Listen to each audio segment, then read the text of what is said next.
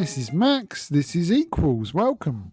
Hi, welcome everyone. This is Nadia. So, Max, look, let's talk about the big news, right? Last week, the Fight Inequality Alliance had a festival on inequality, and it was emceed by our very own Nabil Ahmed. It was good, but it's a bit worrying. I mean, he's clearly making the move to the big screen. Mhm. I've heard from a couple of people, actually, rumours that he's now got himself an agent. And I thought I saw some gel in his hair. It looked like that to me. It looked like that to me. And honestly, the nerve of this guy to think that last week we were saying you were the Beyonce of this group.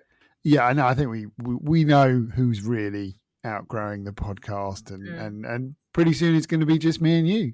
And on that note, given I'm really rubbish at segues, today we're talking about degrowth, aren't we? That's right.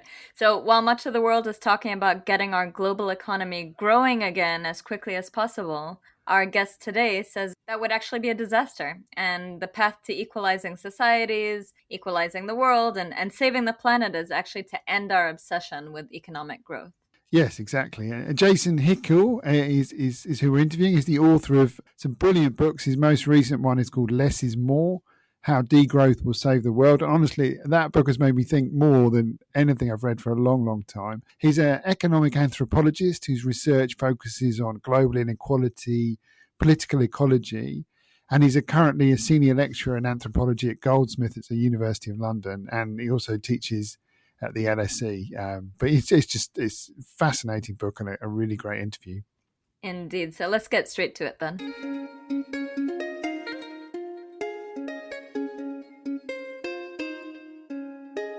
Jason, thanks so much for joining us on Equals. Really good to be able to talk to you today and really looking forward to this conversation. Yeah, thanks, Max. It's my pleasure to be here. So it is great to have you on. Last week we were talking about, the need to see foreign aid as reparations to the global south. And, you've done a lot on this issue of the creation of wealth and the colonial history behind that. We'd love for you to tell us a bit more about that. Oh, yes. In terms of the aid discourse, yeah, I've been a critic of the aid discourse for some time now. It sort of tells a story, right? The story is that rich countries are sort of these benevolent givers in the world system. They have achieved their greatness, their riches sort of on the back of their own hard work, et cetera. Now they're kind of reaching out and giving generously of their surplus to help poor countries up the development ladder and so on. My problem with this narrative is that it sort of obscures the fact that in reality, rich countries have enriched themselves through historical processes of appropriation that have actually produced and perpetuated underdevelopment in the global south. And that even today, this process continues. So the high level of growth and income and consumption that characterizes rich countries today is only possible because of a significant net appropriation of labor, energy, resources, and lands from the global south. And this is documented extensively in the empirical record. Something you've spoken about a lot is the kind of counter narrative to what you've just laid out there and what we've talked about on Equals quite a lot, which is this kind of, if you like, the Bill Gates picture of progress, basically a consistent reduction in extreme poverty, a rising life expectancy, a kind of a sense in which, yes, we've got a long way to go, but we have come a very positive way in the last few decades. Can you say a little bit about why you think that's such a dominant narrative and why you think it's wrong? Yeah, so this narrative has really sort of emerged and taken hold in the past several years. The idea basically is that even though neoliberal capitalism might be producing lots of inequality, we shouldn't complain too much about the system because it's solving the poverty problem, right? This narrative hinges entirely on an extremely low poverty line, $1.90 a day, which of course we're used to hearing. But the problem is that scholars have critiqued this threshold as totally inadequate for many years. The issue with this threshold is that it has no empirical grounding in actual human needs, right? So we know that people who live on this amount of money or even above it are still deeply in poverty and can't access even basic nutrition, to say nothing about shelter, education, housing, healthcare, et cetera, et cetera. So when we look at the question of poverty trends using more empirically reasonable thresholds, like in the region of $7.40 a day, which is basically what's required for access to good nutrition and a normal life expectancy, then we see that the narrative is not really quite as optimistic as it's normally portrayed. Now, this is not to say that incomes have not been increasing. Of course they have. Incomes and consumption have increased, but by very small amounts. So basically enough to push people above $1.90, but not enough to lift them out of poverty according to any empirical definition. And so progress against poverty is extremely slow. And at this pace, I mean, we're talking about the daily incomes of the global poor are increasing by about 5 cents per year. Okay, that's the rate of increase on average. At this rate, we're talking about it will take hundreds of years before we end poverty according to meaningful empirical thresholds. So this is not good enough. We live in an abundant world economy. There's zero reason for poverty. We can organize economic capacity around serving human needs and provisioning for welfare. But instead, our extraordinary economic capacity is organized instead around capital accumulation and elite consumption. And as a result, despite the abundance of our planet, and our economy, we have a persistent problem of mass poverty. And I think we have to confront that fact, right? Like the global economy is fundamentally not working for the majority of humanity and is not actually designed to work for them. I think what I'm hearing you saying is that so there are different issues here. One of them is about how we define the threshold for extreme poverty or poverty. And then the other piece is that it's not just about raising the threshold of how we define poverty, but also an issue of this persistent capital accumulation, the elite writing the rules, and an issue of inequality. And one of the things we've really liked about your work is how you link these various issues together, this linking of capitalism, inequality, and then also climate breakdown. How do you see these things being related? Let me emphasize one fact really briefly. We live in a world economy that's basically organized in such a way that labor and resources in the global south are appropriated on a massive scale to service excess northern consumerism and elite accumulation when they could be used to meet human needs, right? So that's the main sort of structure of the world economy. And this is what's responsible for driving the crisis of both inequality and ecological breakdown. Let me explain what I mean in terms of the latter, right? It's not actually humans as such that are causing this crisis, but rather an economic system that is organized around the interests of powerful states, corporations, and rich individuals. We can see this when it comes to climate change very clearly, where we know that rich countries are overwhelmingly responsible for historical emissions. A recent study that we published in The Lancet demonstrates that the countries of the global north are responsible for 92% of all emissions in excess of the safe planetary boundary. So that means they're responsible for 92% of the damages caused by climate breakdown. And of course, those damages we know fall disproportionately on poorer countries and communities in the global south that have done nothing to cause this crisis. Okay. In fact, most countries in the global south are still well within their fair share of the planetary boundary. So for decades, scholars in the global south have been pointing out that this amounts to what they describe as a process of atmospheric colonization. The atmosphere is a commons, which all of us depend on for our survival, but a small faction of rich countries have effectively appropriated it for their own enrichment, with severe consequences for all of life on Earth. And so I think we have to keep that, that colonial dimension in mind. And it's true not only for climates, but also for other crises of ecological breakdown, such as habitat destruction and biodiversity collapse. That part of the crisis is being driven by excess resource use, not just emissions, but all of the material stuff that we extract and produce and consume each year. And remember, this excess resource use is comprised of materials that are extracted and appropriated from the global south, right? So the benefits are captured in rich countries, but the ecological impact is basically offshored to poorer countries. And this is obvious if you just look around at the things that, sort of the industries in the north, right? The beef industry in the USA depends on deforestation in the Amazon. The tech industry in Germany depends on mining in the Congo. The cosmetic industry in Britain depends on palm oil plantations in Indonesia, and so on, right? So if you read, for example, the People's Agreement of Cochabamba, which was signed in 2010 by hundreds of social movements from the global south, they are explicit that the ecological crisis is ultimately a problem of colonization and appropriation. These are the words they use. And they demand an anti-imperial struggle in response. So while in the north, we tend to see the crisis as a problem of technology, in the south, they understand that it's ultimately a problem of appropriation. I think you're right. I think what struck me reading your latest book, and which was brilliant, by the way, was the way you bring those things together. Because I'll be honest, I don't have a history or background in climate change. That isn't a part of Oxfam's work that I've ever been a huge part of, and I'm much more involved in it now. And seeing those two come together, what really struck me was the arguments you clearly made, that the idea that we can grow our way out of this problem in a green way was just completely fictional. That level of extraction was just not possible. And even if we were all driving electric cars, we'd have to have mines the size of South America. Can you say a little bit about that? Because that was quite an eye-opener for me, I'll be honest. So scholars have understood for a long time that GDP growth is the single biggest driver of ecological breakdown. And of course, the thing about growth is that it doesn't come out of thin air, right? It's very tightly coupled to resource use and energy use. So the dominant response to this conundrum is to say, don't worry, all we need to do is make growth green, right? So in other words, continue to pursue GDP growth while at the same time reducing resource use and energy use, which we can do just by making our technology more efficient and blah, blah, right? But unfortunately, it has no empirical grounding. And this is a really important point. So several years ago, a colleague and I investigated, we did a review of the scientific literature on the question of green growth. And we found that there are basically two fundamental problems with the theory. First, all existing studies, empirical studies, conclude that GDP growth cannot be absolutely decoupled from resource use, even under very high efficiency conditions. The second problem has to do with climate change. Obviously, we know that it's possible to decouple GDP from emissions by switching to renewable energy, right?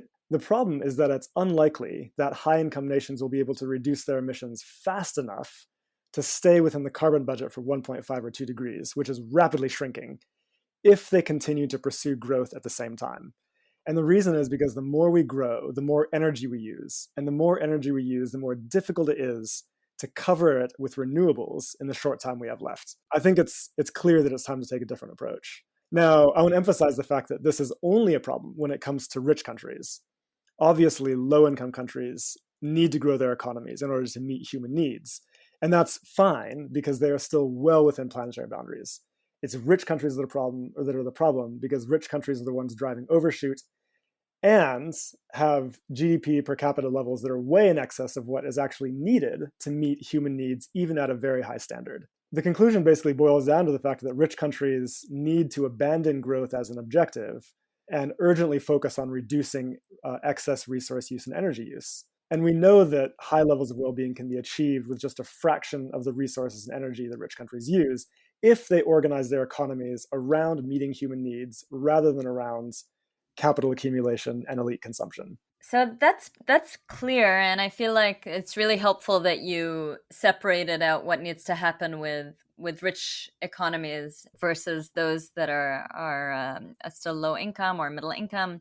And I guess one of the questions I have is, isn't there some sort of reliance here, in this interdependent, globalized world that we live in? I mean, even just earlier you were saying, a lot of these sectors in rich countries rely on extracting within these poorer countries, or we can look at the opposite flow, for example, with remittances, with a lot of poorer countries having workers in richer economies and then sending back remittances to their countries, and those countries really relying on that for their sustainability. So given that interdependency, is it possible to decouple growth in developing countries versus growth in rich countries?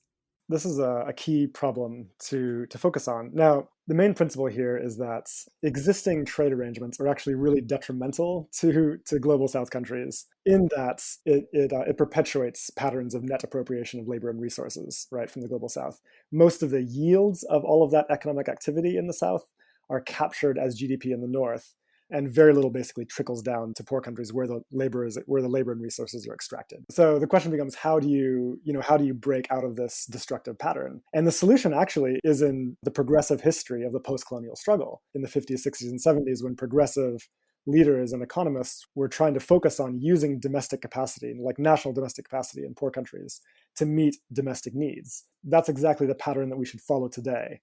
What does that mean? That means using tools like tariffs and subsidies to build domestic industries, to substitute imports and meet domestic needs as much as possible, right? So economists from the global South have been drawing on modern monetary theory to point out that what you can do is you can issue the national currency to fund three urgent objectives. The first is funds a full suite of universal public services: healthcare, education, housing for all. Okay. The second thing is to achieve food sovereignty. So reduce your imports of food from the global north and instead use your lands with regenerative farming to provide healthy food for your entire population, and to achieve energy sovereignty through renewable energy transition, right? This reduces reliance on imports and on finance from the global north, thereby basically liberating you from remote control power by creditors like the World Bank and the IMF and Wall Street investment banks and so on, right? And you can, in terms of the labor components, and this is the third piece of the puzzle, is you can fund a public job guarantee, right, to end unemployment, right, and mobilize domestic labor around these objectives. I want to emphasize that the objective that we need to aim for when it comes to this dual question of achieving ecological stability and ending poverty, achieving development and so on in the global south, is effectively a pattern of convergence, right? We need rich countries to dramatically reduce their resource use to get back within sustainable levels, right? To bring their economies back into balance with the living world. While in poor countries, we need to reclaim resources to meet human needs at a high standard, right? And to improve our economic capacity. You make it sound so plausible. I'm convinced.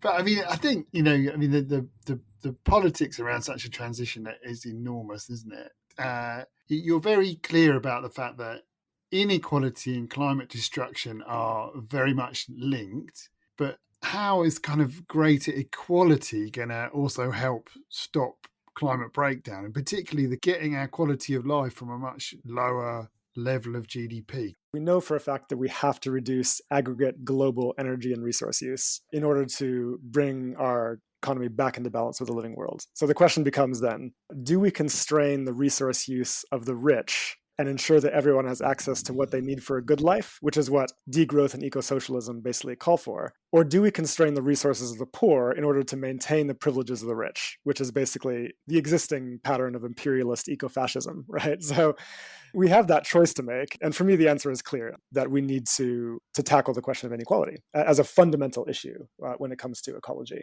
And yeah, so I think the public services thing really does become important here because public services are decommodified. So, and this is important to understand the distinction between commodities and non-commodities. GDP growth only measures commodities. It only measures the value of commodities, and in terms of prices. So things that don't have prices or are not commodified are not counted in GDP. So for example, subsistence farming, or if you cook for your family, or if you take care of your elderly parents, or if you access a public service, the value you get from doing these things is not captured in GDP. And public services are huge here because when you decommodify key goods like housing, healthcare, education, transportation, energy, internet, the basic things that people need to live good lives. When you decommodify them and ensure that everyone has universal access, then people can access the goods they need to live well without needing high incomes to do so. By contrast, when you have privatized public services, they're very expensive. And so in order to access them, you have to have high incomes.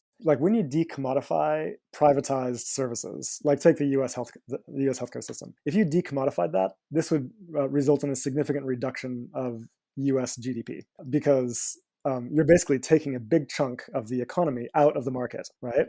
So you would have a decline in GDP, and yet healthcare outcomes and people's access to good lives would improve significantly. And so this is a clear indication of how the relationship between GDP and welfare breaks down. Right. So this is known in economics as the Lauderdale paradox, where GDP often grows at the expense of of public wealth, basically, of commons. Mm-hmm. And the other thing here is that we know empirically that public services are almost always less resource intensive. The efficiency of public services, both in terms of resources, cost, and delivering outcomes, is really powerful. And so what we need to do is we just need to recognize that that we have presently a system that is organized around cheapening labor and resources and people and lives, and instead shift to a system that doesn't do that, a system that values those things and recognizes their value and celebrates them. And that just basically means shifting to a post-capitalist economy where the principle of cheapening is abolished. That's really fascinating. I think that's exactly it. What's your sense in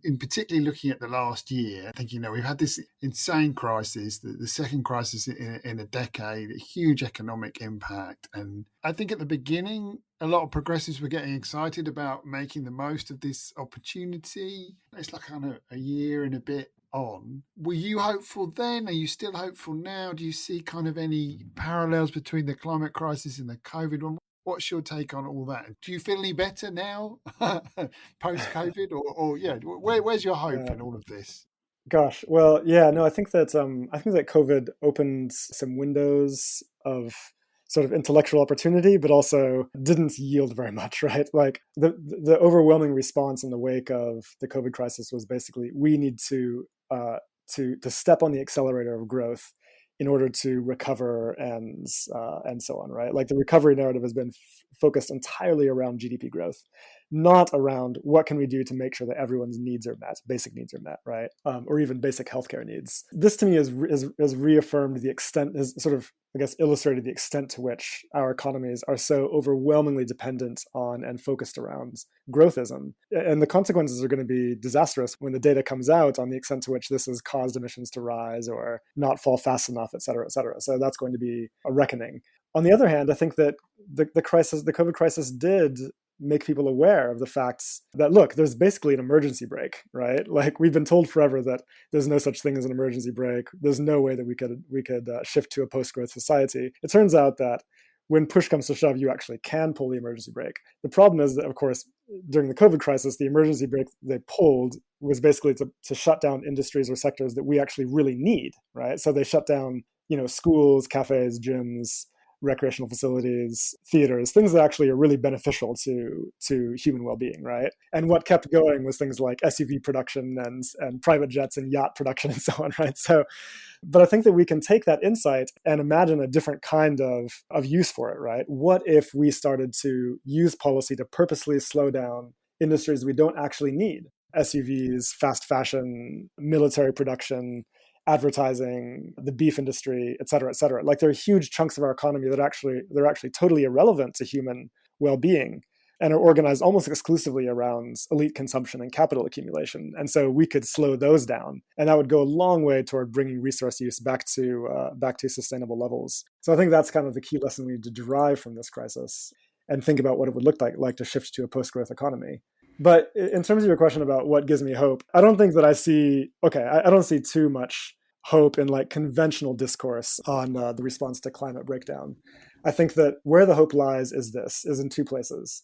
And this really is more a point about strategy than about, hope in some kind of abstract la sense. Our hope lies in two things. First, to unite the environment movement with working class movements and formations. This is absolutely essential. And the reason is because environmentalists alone do not have the political power that is necessary to radically change our economy. Okay? Working class movements do. Right now, the unions are basically focused on growthism because they see growth as the only way to ensure good livelihoods and wages for their members. And I understand that. But that effectively means lining up with capital to service the needs of capital and hope that some kind of trickles down to workers. We need a much more direct and political approach to say, let's meet workers' needs directly with a public job guarantee to ensure full employment, strong living wage laws, right, a shorter working week, and a social guarantee that ensures that everyone has access to affordable housing and robust, high-quality, universal public services. Once you take the question of livelihoods and employment off the table, then we can have an open discussion about shifting to a post-growth economy and scaling down industries that we don't actually need, right? And the second thing I would say just very briefly is that it's essential that environmentalist movements in the global north create alliances with anti-imperialist struggles in the global south that have been focused on these issues for decades, right? We have the People's Agreement of Cochabamba. Almost nobody in the global north environment movement engages with that text or engages with the organizations that are behind it. So, Extinction Rebellion, Fridays for Future, the Green Party, et cetera, should unite with Cochabamba, with La Via Campesina, with the Land Back campaign and other anti-imperialist struggles from indigenous communities and global south communities. Like the only successful movements for serious, significant economic change in world history has been the anti-colonial movement. And that is effectively the force that we need to rebuild and mobilize around real transformation of the world economy. That's fascinating and an excellent way to end. And I feel like it was a bit hopeful, and you're right, it wasn't Lala. We've covered a lot in here. I actually feel like we need some follow-up conversations with you to dig into some of them. I have 1,000 more questions, but I want to thank you so much for being with us today, Jason. Yeah, it was my pleasure. Thanks for having me on. Yeah, it was great. I mean, it is such a huge set of topics, but I think the way you knit together these different issues of capitalism, colonialism, and really made me think about this issue of growth, and hopefully listeners too. So thank you very much for joining us today.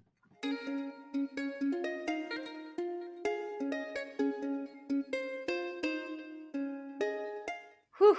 I know we say this with every single episode, but genuinely, I do feel like every single answer he was giving us could have been an entire podcast on their own. No, I agree completely. I mean, and just to say for listeners, if you check out our Twitter and the blog that goes with this podcast, because we put lots more links into Jason's work and stuff he's written on lots of the issues that were covered, including, for instance, the debate over the reduction in poverty that he's been having with others. But I think that the main thing really is this issue of how we have to stop growing. I mean, that's the thing that's really stuck with me. Absolutely. And like when you links it with climate, when he said GDP growth is the single biggest factor in climate destruction, it seems so obvious, right? But at the same time, I feel like it's a pretty novel thing to say, isn't it? I mean, he's basically saying it's impossible for us to grow and not destroy the planet. And that's like, it's kind of mind blowing in the world I'm in, especially here in DC, in the heart of capitalism and around the work of the IMF and the World Bank. Although you hear them constantly talking about, the need to stop climate destruction, at the same time, you never hear people talking about the need to stop growing. I mean, on the contrary, it's how can we get growth back on track? Yeah, no, absolutely. I mean, his point is that green growth is an oxymoron, but for most people, that's the equivalent of saying that the Earth is round, isn't it? Or that we orbit the sun. So and it was certainly a real eye opener for me. And I like the way he talks about the analogy. So we're kind of trained to think of growth as a positive thing. We think about our children growing up, but he uses the analogy of cancerous growth, the idea that you can grow too much, that, you can move beyond a certain equilibrium in the same way a cancerous cell does. And that really made me kind of look at it in a different way. And certainly it seems abundantly clear, isn't it, that we just can't keep growing the way we are, whether it's green or otherwise. It's just not going to happen. Right. And then when you think about the sheer extractivism of it all, right? Just the amount of lithium, for example, needed from mines just to ensure everyone gets to have an electric car. I mean, so it just, reminds us that it's not even just about transitioning away from fossil fuels or a fossil fuel based economy. It's about shrinking our energy use and stopping growth in this economy more fundamentally. I have tons more questions about everything he was saying, about jobs, about the impact of degrowth in rich economies on poor countries. Yeah, I mean, I give the example like flowers in Kenya. Every night planes fly from Kenya to Europe with cut flowers that are grown in these farms around Lake Naivasha, and tens of thousands of women are employed in those farms. Now, they could be paid more, they could be treated better, but in Kenyan terms, they're reasonably good jobs. And it's hard to think of a more environmentally insane industry, isn't it? Flying flowers every night. And think of the carbon. I mean, that's got to stop. But at the same time, what happens to those women? What happens to those jobs? So yeah, right. It's not easy, is it? Yeah, and he talked a little bit about the link between the two and answered some of that question. But I'm sure there's more in the book, so do check it out. If you haven't had a chance already. Also, do check out the other episodes we've had this season. This was a really good one. Yeah, it was really good. And it's fantastic to have Jason on. And it has been a great season. So please stay tuned, recommend us to your friends and all those things that you're supposed to do with podcasts. And we look forward to talking to you next time. Bye. Bye, everyone.